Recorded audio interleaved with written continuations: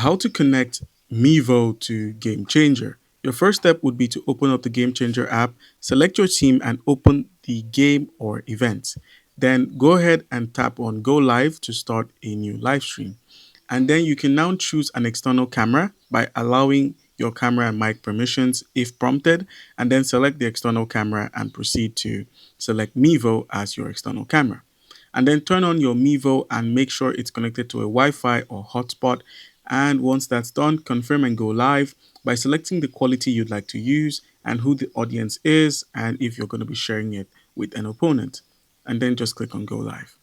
The recommended setup, which would be most suitable, would be two devices for the best experience, one for streaming and one for the score, so you can catch up with the scoreboard.